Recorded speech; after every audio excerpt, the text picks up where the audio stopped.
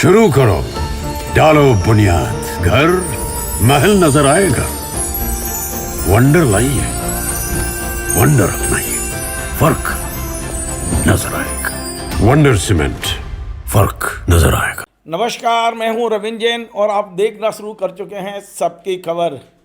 आज मैं एक ऐसी खबर दिखाने जा रहा हूं जिसमें ना तो मैं पत्रकार हूं, ना मैं कोई खुलासा करने जा रहा हूं, ना मैं कोई सवाल पूछ रहा हूं और ना मैं कोई आरोप लगा रहा हूं। लेकिन इस खबर में सब कुछ है। फिर ये किसकी ओर से है? ये है आम आदमी की ओर से। दरअसल ये पूरा मामला बालाघाट का है।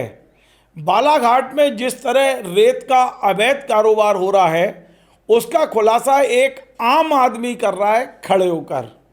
ये लगभग 11-12 मिनट का वीडियो है, पर आपको देखना चाहिए। ये आम आदमी का नाम है जितेंद्र लिल्हारे। सामाजिक कार्यकर्ता हैं, वनों के लिए काम करते हैं, जंगल को बचाने का काम करते हैं, नदियों को बचाने का काम करते हैं और आम आदमी की आवाज़ उठाने का काम करते हैं।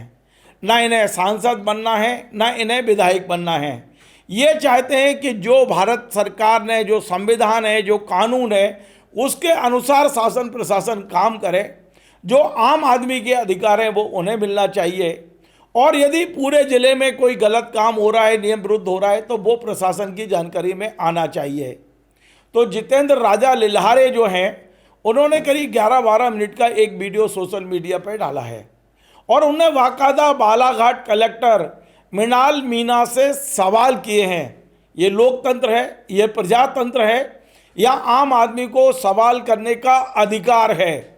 इस आम आदमी के टैक्स से ही इन कलेक्टरों को, इन आईएएस अधिकारियों को वेतन मिलता है। मुझे ऐसा लगा एक जिम्मेदार चैनल होने के नाते कि हमें आम आदमी की आवाज़ को भी रखना चाहिए। और ये जो वीडियो मैं आज दिखाने जा रहा हूँ, इस वीडियो को मैं उम्मीद करता हूँ आप पूरा देखिए, क्योंकि इसमें दर्द है आम आदमी का। इसमें वो सारी जानकारियाँ हैं, जो सारे प्रमाण हैं कि किस तरह से अवैध कारोबार चल रहा है रेत का, किस तरह बालाघाट की नदियों को खोखला किया जा रहा है, किस तरह से भ्रष्टाचार को संरक्षण दिया जा रहा है। सवाल किससे पूछा जाए? आम आदमी किससे बात करे? विधायक मिलते नहीं, पार्षद बोलते हैं हमारी जिम्मेदारी नहीं, सांसद वर्षों तक या तो दिल्ली रहते हैं या राजधानी भोपाल में पड़े रहते हैं। किससे पूछा जाए? तो ये जो सामाजिक कार्यकर्ता हैं, जिनका नाम मैंने जितेंद्र राजा लिल्हारे बताया है, इन्होंने ये सवाल पूछा है वहाँ के कलेक्टर से, और कलेक्टर की जिम्मेदारी भी बनती है। तो आज मैं पूरा की पूरा वीडियो आपको बता रहा हूँ, धैर्य से सुनिए। करीब 11 मिनट का वीडियो है ये। और बाकायदा मैं अभी आह्वान कर रहा हूँ कलेक्टर साहब को, मृणाल मीणा जी को, जिला प्रशासन को, और ये रेत का अवैध कारोबार को करने वाली जो प्राइवेट कंपनियां हैं, वैध अवैध जो भी वो कर रही हैं, उनसे भी सवाल है। और ये भी आह्वान करता हूं कि आप लोगों का भी यदि इस संबंध में कोई पक्ष होगा तो हमारा चैनल, जिस तरह लिल्हारे जी को आज मैं सुना रहा हूं, वैसे मैं आपको भी सुनवाऊंगा। लेकिन वाकई ये जो आम आदमी की आवाज़ है, ये आवाज़ में आवाज़ मिल गई तो सरकारों को झुकना पड़ता है, प्रशासन को आखिर झुकना पड़ता है। आज हम केवल इस उद्देश्य से कि यदि कुछ गड़बड़ी है, यदि कहीं भ्रष्टाचार है, तो उसकी ओर शासन प्रशासन का ध्यान जाए, इस उद्देश्य से आज मैं ये वीडियो बना रहा हूँ। मैं पुनः कह दूँ, इस वीडियो में ना तो हमारे विचार हैं, ना जो व्यक्ति विचार व्यक्त कर रहा है उससे हमारी सहमति है। हम आम आदमी की आवाज़ को अपना मंच दे रहे हैं और हम चाहते हैं कि उनकी आवाज़ सरकार के कानों तक पहुँचे। यदि वो सही कह रहे हैं तो सुधार किया जाए, और यदि वो गलत कह रहे हैं तो आप हमें अपना उत्तर भेजिए। हम आपकी बात को भी कहेंगे कि लिल्हारे जी ने ये गलत कहा है, पर बात तो की जाए। आम आदमी क्यों इतना चीख रहा है? आम आदमी इतना क्यों दुखी है? आज लिल्हारे ने जो चीख के कहा है, आप सुनिए तो कम से कम। किस तरह नदी खोखली हो रही है हमारी, किस तरह हमारे रेतों का, और रेत आम आदमी को, आम ग्रामीण को घर बनाने के लिए रेत फ्री में मिल सकती है, तो क्यों ये पैसा लग रहा है उनका? क्यों मिल्टी काटी जा रही है? बहुत सारी बातें आज जो राजा लिल्हारे हैं उन्होंने की है। मैं चाहता हूं कि उनका एक एक शब्द आपको सुनना चाहिए। और मैं ये भी चाहता हूं कि कलेक्टर बालाघाट मीणा जी आपको इन तमाम सारे आरोपों का जवाब देना चाहिए। यदि आप लिखित में देंगे तो मैं वो भी दिखाऊंगा, और यदि आपका वीडियो आता है तो मैं वो भी दिखाऊंगा। पहले आगे बढ़ने से पहले ज़रा ये वीडियो देख लीजिए।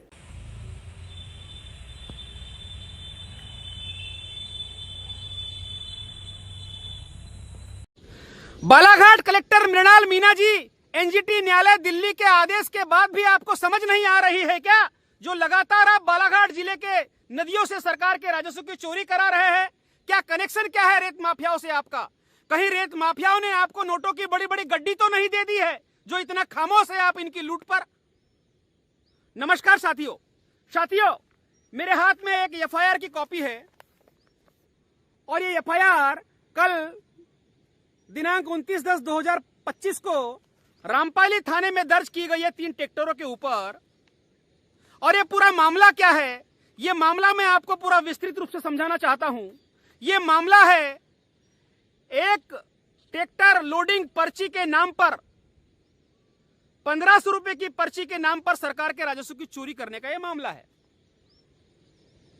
पूरे जिले में एक खेल चल रहा है। एक ट्रैक्टर लोडिंग पर्ची काटी जा रही है 1500 रुपए की, और सरकार के राजस्व की चोरी की जा रही है। जितने ट्रैक्टर नदी में जाते हैं वैध और अवैध घाटों में, उनसे पर्ची काटी जा रही है और 1500 रुपए लिया जा रहा है। वो 1500 रुपए सरकार के खजाने में नहीं, रेत company national energy and services Wainganga mining works private limited के खाते में जा रही है। रेत की जो नियम से रॉयल्टी कटती है वो स्टेट माइनिंग कॉर्पोरेशन की साइट से ऑनलाइन कटती है, और वो पैसा सरकार के खजाने में जाता है। मगर बालाघाट जिले में एक पूरा खुला खेल चल रहा है। ट्रैक्टर लोडिंग पर्ची के नाम पर 1500 रुपए की पूरे बालाघाट जिले की नदियों को खोखला किया जा रहा है, और यह पूरी की पूरी चोरी बालाघाट कलेक्टर मृणाल मीना के निगरानी में हो रही है। मैं इसलिए कह रहा हूं बालाघाट जिले के कलेक्टर मृणाल मीना की निगरानी में हो रही है। इस मामले पर बालाघाट कलेक्टर मृणाल मीना को मैंने लगातार जानकारी दी है, व्हाट्सएप के माध्यम से, लिखित शिकायत के माध्यम से, मगर बालाघाट जिले के कलेक्टर मृणाल मीना इसके ऊपर कोई बैठक नहीं ले रहे हैं, इस पर कोई कार्य योजना नहीं बना रहे हैं इसकी रोकथाम के लिए। इसका मतलब साफ है कि बालाघाट कलेक्टर मृणाल मीना ये पूरी चोरी करवा रहे हैं। साथियों, ये मामला है पुनी घाट का, और पुनी में कल 3 ट्रैक्टर रेत ले जा रहे थे। वहां के ग्रामीणों ने उनको रोका और पुलिस को और माइनिंग को इसकी जानकारी दी। फिर रामपाली पुलिस ने इन तीनों ट्रैक्टरों को पकड़कर रामपाली थाने में लाई, और बाद में इन ट्रैक्टर वालों से पता चला कि रेत चोर company national energy and services Wainganga mining work private limited ने एक आदमी को काम पे रखा है, जिस आदमी का नाम है ग्राम खारा में धर्मेंद्र मेश्राम। इन ट्रैक्टर वालों की सवेरे सवेरे उसने एक रॉयल्टी काटी, और रॉयल्टी कहां की काटी? रॉयल्टी काटी उसने जागपुर घाट की। ये रॉयल्टी काटी जागपुर घाट की, और रेत कहां गई? बालाघाट। और बालाघाट से जागपुर की दूरी लगभग 5 से 6 किलोमीटर है, और इस रॉयल्टी में लिखा जा रहा है कि बालाघाट से जागपुर की दूरी 116 किलोमीटर है। रॉयल्टी जागपुर की, रेत पुणे से ले जाई जा रही है, और जागपुर से बालाघाट की दूरी 116 किलोमीटर बताई जा रही है। यह किस तरह से कानून का मजाक है? कलेक्टर मृणाल मीना जी, आपके खनिज के अधिकारी क्या झक मार रहे हैं? आप क्या कर रहे हैं? इतनी बड़ी सरकार के राजस्व की चोरी हो रही है और आप खामोश है। और फिर ट्रैक्टर वालों के द्वारा पता चला, उन्होंने बताया, मेरी बात उनसे हुई है, उन्होंने कहा कि सुबह एक रॉयल्टी काटी गई, उसके बाद जब हम दूसरी ट्रिप लेने गए तो ट्रैक्टर लोडिंग पर्ची काटी गई 1500 की, फिर तीसरी ट्रिप लेने गए तब भी पर्ची काटी गई। ऐसा करके दिन भर 1500 की पर्ची काटी जा रही है, और ये जो पर्ची का पूरा पैसा है ये कंपनी के खाते में जा रहा है, और इस तरह से सरकार के राजस्व की चोरी की जा रही है। इसकी जानकारी बालाघाट कलेक्टर को मेरे द्वारा दे दी गई है, मगर बालाघाट कलेक्टर इस पर कुछ नहीं कर रहे हैं, और पूरे जिले में इस तरह से लूट चल रही है। और जब ट्रैक्टर वालों ने बोला कंपनी के आदमी को कि तुमने तो हमको एक पर्ची दी है रॉयल्टी के नाम पर, ये रॉयल्टी बताया तुमने हमको, तो कंपनी के लोगों ने हाथ खड़ा कर दिया अब हम तुमको नहीं बचाएंगे, पूरा पैसा खाएंगे, नदियां लुटवाएंगे, मगर तुमको नहीं बचाएंगे। तो मैं ट्रैक्टर वालों से भी निवेदन करना चाहता हूं, ये कंपनी तुम्हारी होने वाली नहीं है और तुम 1500 रुपए की गेट पास पर्ची के चक्कर में अपनी ही संपदा लुटवा रहे हो। जो रेत तुमको फ्री में मिल सकती है, उस रेत को कंपनी के हाथ से लुटवा रहे हो 1500 रुपए गेट पास टोकन के नाम पर। अगर आपको लेना ही है तो रॉयल्टी कटवा कर लो ना, ये पर्ची कटवाने की आवश्यकता क्या है आपको?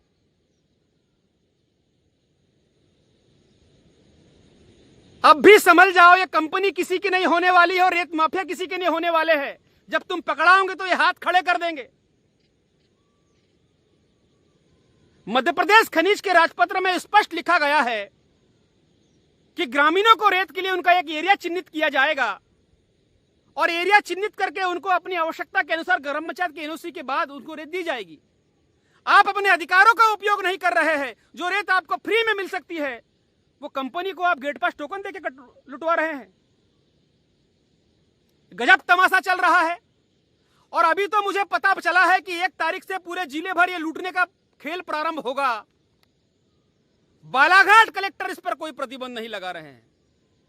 सारे सबूत देने के बाद, सारे तथ्य सामने आ जाने के बाद भी बालाघाट कलेक्टर इस पर कोई बैठक नहीं ले रहे हैं। बालाघाट कलेक्टर ने आज एक बैठक ली है बालाघाट में जिला जल उपयोगिता के ऊपर, जिसमें सारे बालाघाट जिले के विधायक थे, सांसद थे और सारे अधिकारी थे। और उसमें बता रहे हैं कि रबी की कौन सी फसल लगानी है और रबी के लिए हम नहरों से पानी देंगे और नहर किनारे अगर किसी ने पंप लगाया, मोटर लगाई, तो हम उस पर कार्रवाई करके उस पर मामला पंजीबद्ध करेंगे ना। किसान तो आपकी दृष्टि में अपराधी है, आप उनके ऊपर मामला करेंगे ही। ठीक है, वो गलत कर रहे हैं, उनके ऊपर मामला पंजीबद्ध कर रहे हैं, ठीक है, मगर रेत माफिया, रेत ठेकेदार, रेत कंपनी के ऊपर मामला पंजीबद्ध क्यों नहीं कर रहे हो? किसान आपकी दृष्टि में अपराधी है और रेत माफिया आपकी दृष्टि में क्या भगवान है क्या? यह किस तरह का दोहरा मापदंड है और किस तरह के कानून का दोहरा मापदंड है ये? आज आपको मीटिंग लेनी चाहिए थी कि किसानों की फसल अभी कट चुकी है, खेतों में है और वर्षा हो रही है और वर्षा से किसानों की फसल बर्बाद हो रही है। उस बर्बाद होती फसल का मुआवजा कैसे दिलवाना है, ये आपको मीटिंग लेनी चाहिए थी। नहीं, आप जो कार्य बात का है उसको पहले कर रहे हैं कि किसानों पे मामला बनाएंगे। बना लेना, किसान अपराधी है तुम्हारी दृष्टि में, मगर किसानों का जो नुकसान हो रहा है वर्षा काल में, अभी खड़ी फसल के ऊपर पानी जा रहा है, बंदी में सोई हुई फसल के ऊपर पानी जा रहा है, उसके लिए कार्य योजना क्यों नहीं बना रहे हैं? ये नदियों से इतनी बड़ी रेत की लूट हो रही है, इसके ऊपर बैठक क्यों नहीं ले रहे हैं? इसके ऊपर कार्य योजना क्यों नहीं बना रहे हैं आप?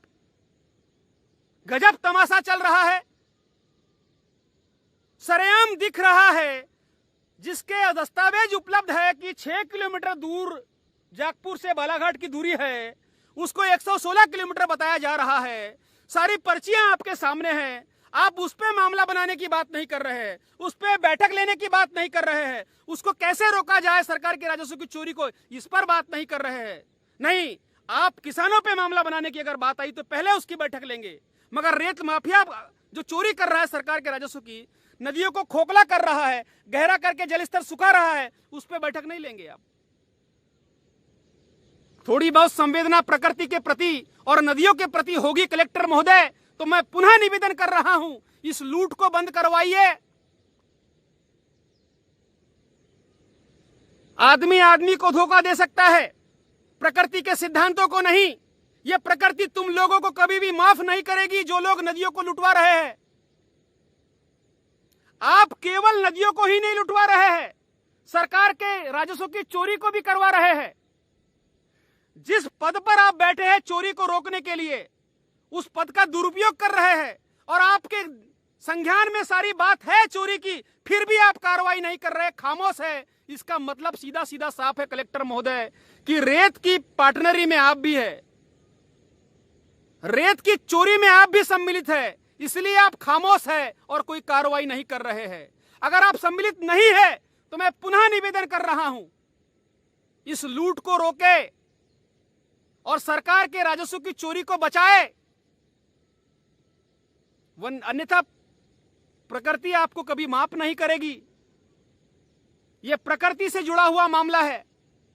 जिस तरह से आप नदियों को उत्खनन करवा के, अवैध उत्खनन करवा के सुखा रहे हैं, यह बड़ा गंभीर विषय है।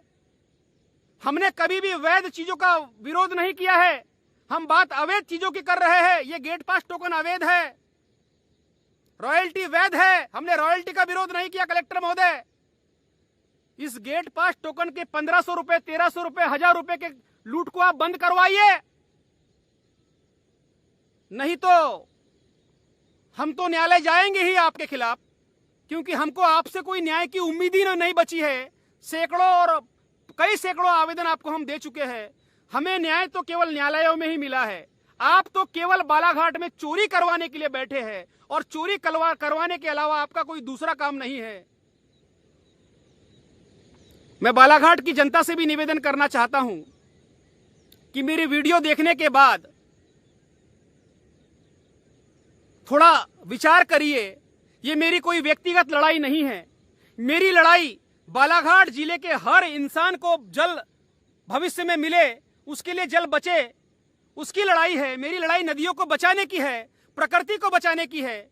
और उनसे भी निवेदन करना चाहता हूं जो उल्टे सीधे कमेंट करते हैं मेरे वीडियो के ऊपर, अगर मुझे कोई स्वार्थ होता तो मैं ये लड़ाई नहीं लड़ता और अपनी जान को हथेली पर रखकर नहीं लड़ता।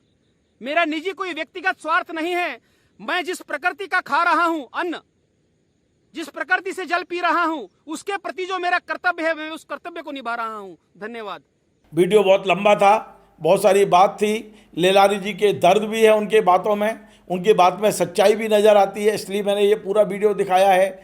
यदि ये गलत कह रहे हैं तो मैं चाहता हूं कि बालाघाट जिला प्रशासन हमें अपनी बात को कहे, रखे, भेजे, हम वो भी पूरा दिखाने के लिए तैयार हैं। यदि आपको हमारी ये नई तरह की पत्रकारिता पसंद आई हो तो आप इसे शेयर करें, अधिक से अधिक शेयर करें। हम जिलों में बैठे हुए सामाजिक कार्यकर्ताओं की आवाज़ को इस तरह से बुलंद करने की कोशिश करेंगे। नमस्कार। Join the next be the best, Bundelkhand का सबसे विशाल और आधुनिक विश्वविद्यालय ज्ञानवीर यूनिवर्सिटी। ये सिर्फ एक यूनिवर्सिटी नहीं, ये है आपके सपनों का लॉन्च पैड। यहाँ मिले आपको smart classrooms, modern campus, updated labs और एक्सपीरियंस्ड फैकल्टी। हर स्टूडेंट को मिलता है कॉन्फिडेंस, ग्रोथ और एक ब्राइट करियर का प्रॉमिस। नए सेशन के लिए एडमिशन ओपन है, तो इंतजार कैसा? आज ही कांटेक्ट कीजिए।